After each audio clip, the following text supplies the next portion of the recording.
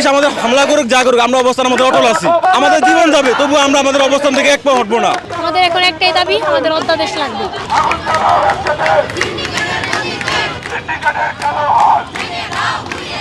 গত 2-4 মাস যাবত আমরা শুধু একই নাটক শুনে যাচ্ছি যে আমাদের নোটিশ আসছে শিক্ষা মন্ত্রণালয় থেকে, শিক্ষকরা আমাদের ক্লাস নেবেন।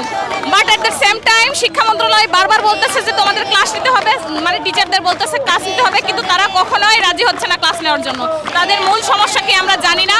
শিক্ষা মন্ত্রণালয়ের নোটিশও যদি তারা অপেক্ষা করে তাহলে আমরা কি বলবো, তাদের তো বলার কিছু না। এই জন্য আমাদের সবার এখন একটাই দাবি, অধ্যাদেশ। আমরা মনে করি অধ্যাদেশ এবং অধ্যাদেশে আমাদের চূড়ান্ত মুক্তির কারণ হতে পারে এবং আমাদের সকল সমস্যার সমাধান করতে পারে।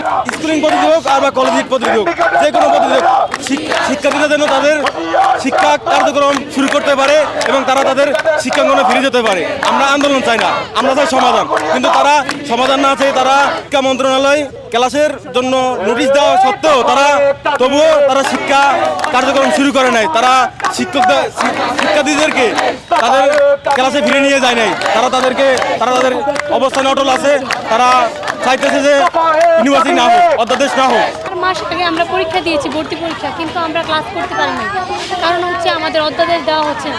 টিচাররা আমাদের পরিচয় চাচ্ছে, অধ্যাদেশের মাধ্যমে আমরা আমাদের পরিচয় নিশ্চিত করে ক্লাসে ফিরতে চাচ্ছি। আমাদের এখন একটাই দাবি, আমাদের অধ্যাদেশ লাগবে। আমরা ক্লাস শুরু হওয়ার আগে আমরা সেশন জুটে পড়ে গেছি। আমাদের দেশের যে ইউনিভার্সিটিগুলো আছে এগুলো একটাও কলেজিয়েট পদ্ধতি না, সবগুলো স্কুলিং পদ্ধতি।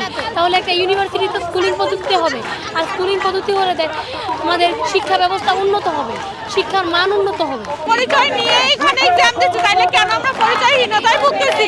যেটা আমাদের অধ্যাদেশ ছাড়া কোনো উপায়ই হচ্ছে না। তার কারণে আমাদের অধ্যাদেশটা খুবই প্রয়োজন। আমরা আমাদের ক্লাসে ফিরতে চাই, পরিচয়ের সঙ্গে ফিরতে চাই। ব্যাস এতটুকু।